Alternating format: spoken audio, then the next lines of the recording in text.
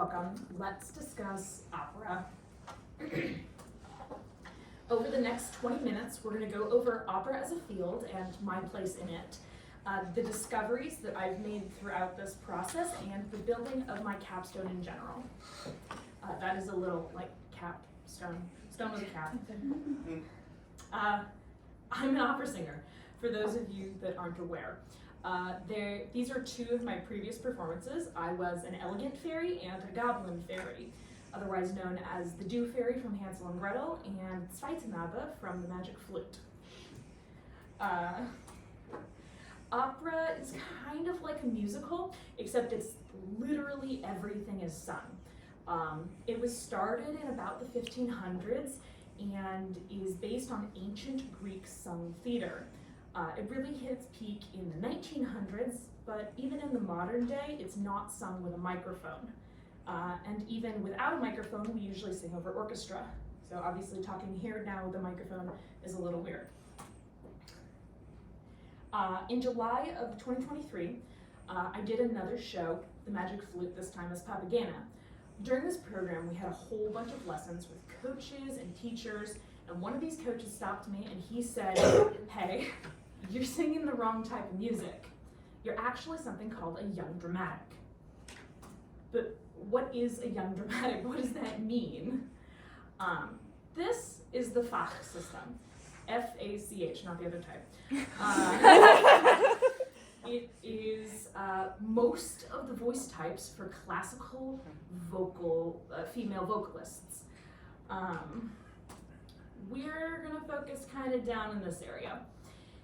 When I was 18, they thought I was over there at a lyric mezzo, which is kind of like a normal alto in terms of regular terminology. But then we had this whole discovery,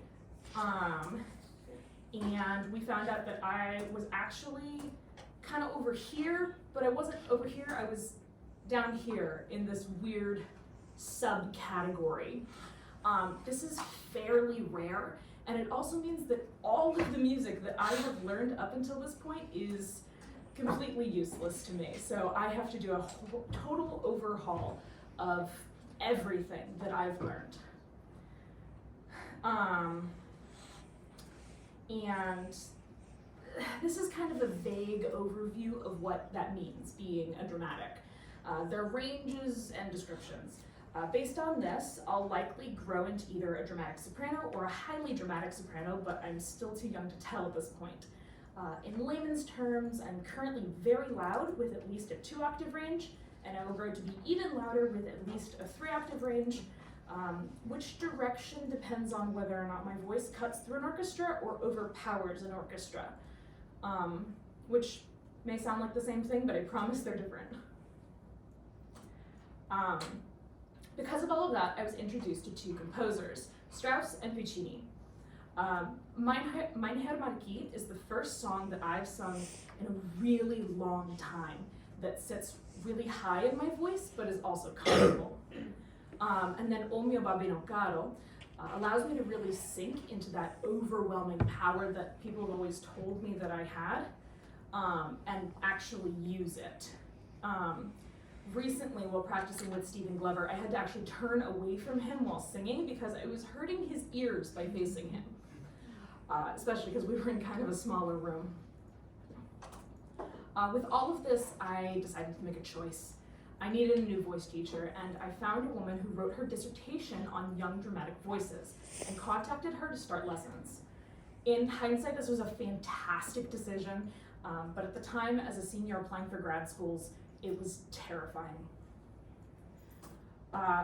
This brings us to my actual project. What am I doing? I'm putting on a recital. There's a whole bunch of factors that went into this decision, but it boils down to this. In a normal music degree, it is expected that students will do a recital before they graduate. Because I'm going to grad school, they're expecting a recital and will want to see the recording. But because an art capstone requires something original, I got creative. We can talk about that creativity a little bit later. But we come to the other problem that has come from this whole situation, which is finding the music. Near the beginning of this process, I had the idea to include rage songs, but there's so many issues that come from that. From the difficulty of the pieces to being too young, it all around was just not working. Especially when I had decided at this point that my recital needs a narrative. And that rage songs were just not fitting the way that I wanted to into building that structure. So in reality, how does one find music? There are hundreds of composers, there are thousands of scores, and I didn't really have access to an in-person music library. In general, it's a giant, overwhelming mess. So I did what any person does when overwhelmed by the options. I went looking for someone else's list. This is a list of songs at the end of Dr. William McCullough's dissertation. She wrote the whole thing on young dramatic sopranos specifically. And she had the songs that she was recommending at the end separated by age range. So it was kind of like a bright light in this endless void that I was struggling through. I took the list and I went through the lyrics and translations of each song to figure out which ones I thought could work into a narrative. Songs that I found unusable were crossed out in red, songs that I might be able to finagle are in yellow, and songs that I was almost positive would work are in green. My voice teacher then added a few songs to the list. She felt that I was ready for Wagner's art songs, so I went through those as well and added 2 to the pile. For reference, I've been told consistently for the last 8 years that I'm too young for Wagner and to not even think about it. So it was kind of a hurrah moment when she said that. I put all of the songs onto note cards and then organized them basically by vibe. Then I cherry-picked some of these pieces and I organized them into narratives. I had help from my lovely friend Kira Landon putting all of the songs into basically 3 to 5 word summaries that were on the note cards. Organizing the narrative took a lot of things into consideration. I had originally planned to only focus on love songs because there's a million love songs in opera. But there isn't a lot of intrigue in singing about how much I love somebody for an hour.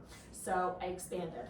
I found songs on anger and grief, nature, cheating, relationship issues, and so much more. So when I took all of these note cards and I organized them into some semblance of a plot, I ended up with a story that incorporates both love and grief. It is a progression of my main character's emotions, and we'll talk more about the specifics of the plot later, but for now, let's discuss the narrator. I needed a way for the audience to understand the story. Not only are most of the songs not in English, but this random collection of pieces can only be linked so much without me conveying the connection. But bringing the narrator on and off stage between every song could be really disruptive. So I got her a nice chair, and she's going to stay on stage the whole time with me, acting more as a storybook teller than a narrator. This also allows me to give the 2 characters singing names and to make it more like a one-woman play. This picture does not do her justice. She has purple hair.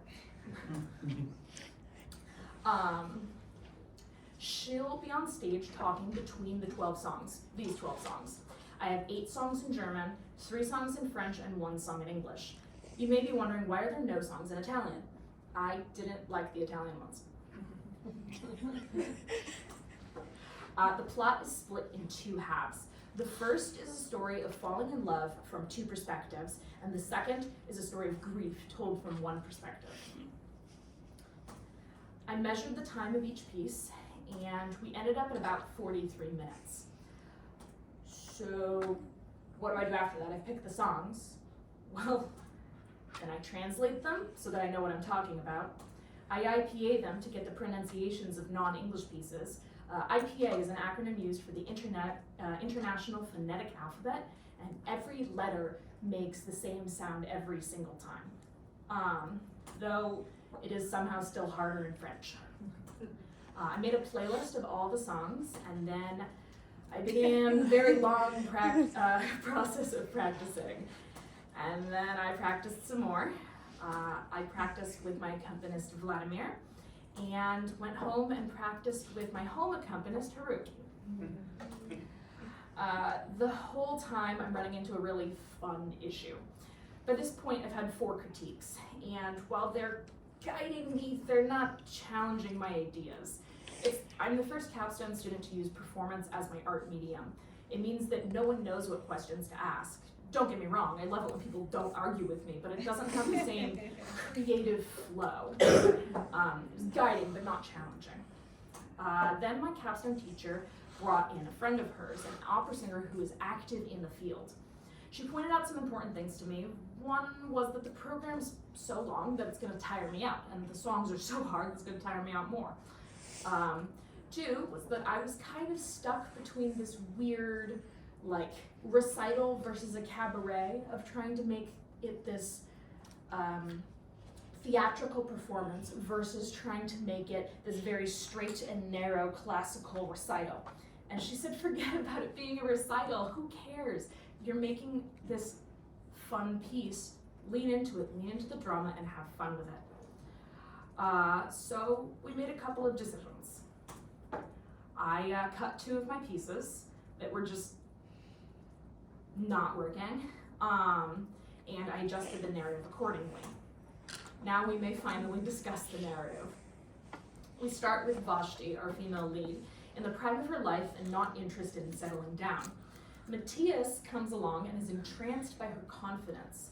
She gives him a cautious warning about the type of relationship she's looking for, and he reaffirms his interest in her. She realizes that she's starting to fall for him, and we hit the halfway point. Matthias suddenly dies, and Vashti is left telling the rest of the story by herself as she processes her grief. Conceptually, the story is about Vashti opening herself up to love and being hurt by that openness. She's then left to recover and learn to be okay moving forward. It's about growth and allowing yourself to be open to change. That's what makes this piece a precipice, standing on the edge. I'm learning to build it all together into a full piece, and it really is starting to come together. That's my pianist Vladimir. Of course, from the logistical side, we are in the last couple of weeks before the show, which means that I am busy confirming the technical aspects. Many of these things I've already worked out, but this is a small sample of the technical pieces that go into a stage production. I even have a meeting later today with Josh Moise to work on the lighting issues, or to work on setting up lighting. But it's well on its way to being a great show, and I'd love it if you came to join us at 4 p.m. on May 3rd in the Greenhow Theater. Throughout this whole process, I've learned I'm capable of balancing a million logistics that I don't really like doing it. Most research that anyone is trying to do has very likely already been written by somebody else in a dissertation. I've gained a whole repertoire of new music, and I've figured out along the way which music school I want to go to for my grad school. I also learned that being in an art school is a really different thing than being in a music school, even if they're very kind of similar conceptually. Surprisingly, I also discovered that I am capable of sleeping 10 hours a night while still getting everything else done, as long as I work for the other 14 hours straight. Which is weirdly different from my undergrad, or from my first years of undergrad. After graduation, I'm heading to start my master's in music at Bard Longy over in Boston. And I'm super excited about it. Thank you to the library and Mary Jane for all of your help with research and getting through organizing the beginning of this process, and I hope to see you on May 3rd. Thank you.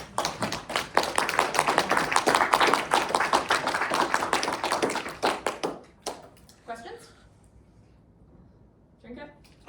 So I don't know much about opera. What does it mean when you are too young for a piece in opera? There's a lot of development that goes into doing a lot of these pieces. There's a lot of works that are either so large or so complicated that trying to do them at too young of an age can hurt the vocal folds, because while we are adults at 18, our vocal folds don't really develop into maturity, especially for opera singer singing, until about 35. And so trying to do it before that point can be really detrimental. I'm sorry, I don't know your name over there. Felix. Felix, yes.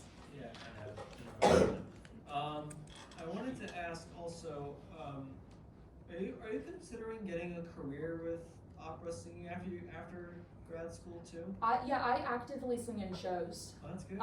Like every summer. I have another show this summer where I'm playing Lauretta in Janistiki. And so this is my current career field.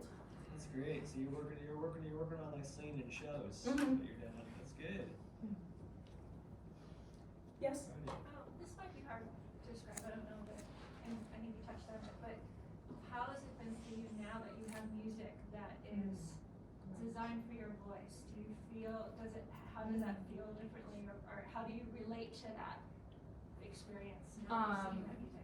Yeah, I get what you mean. About half of it is finally going, oh my God, like I, step into a big room and I've got the big voice and I'm like, this is what I've been trying to do.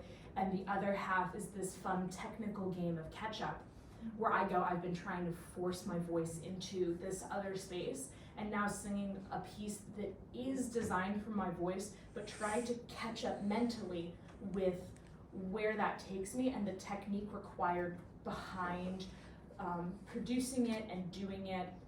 The fourth song in my repertoire currently is so high in my range for almost all of it. It has the highest note in the entire piece of I believe a D6. And so that is a D above the staff for anybody who's familiar. That trying to kind of deal with that and understand mentally where to place myself is still like a learning process. And so there is a great amount of relief, but there's also still a great amount of work to go into it.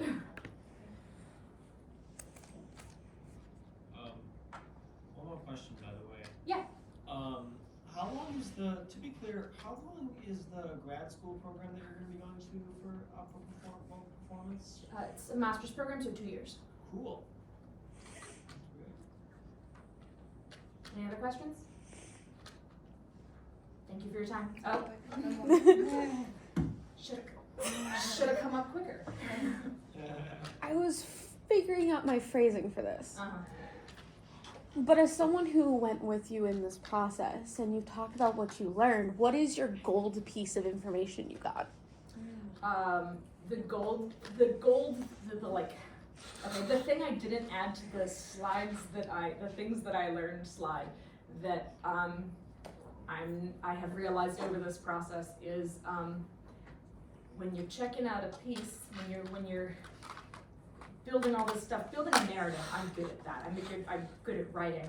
The thing that I learned is when you're previewing a piece, you can check the lyrics, you can check the artist, you can do the whole thing, but if you don't make sure that the piano part is following your part in some way at all, you're about to be really miserable. I have 2 pieces where the piano is doing things that have nothing to do with me and not enjoying it. So yeah, I have learned, my gold tidbit is just a knowledge of better practices of previewing pieces. And that trying to build a new concept from old music is always going to be a pain in the butt. And I'm really curious about that because we haven't discussed that. So maybe we can loop back in after because we didn't talk of, because it is so new to do it in this way. And it is a one-woman show. So I think we'll a debrief after. Even though technically you'd be out of class, I might pull you in for a debrief. Technically there's 4 people, me, the pianist, the narrator, and our lighting personnel, Right. 3 of which are students. Yeah. So maybe we'll debrief after. Okay, cool. Thank you. Thank you.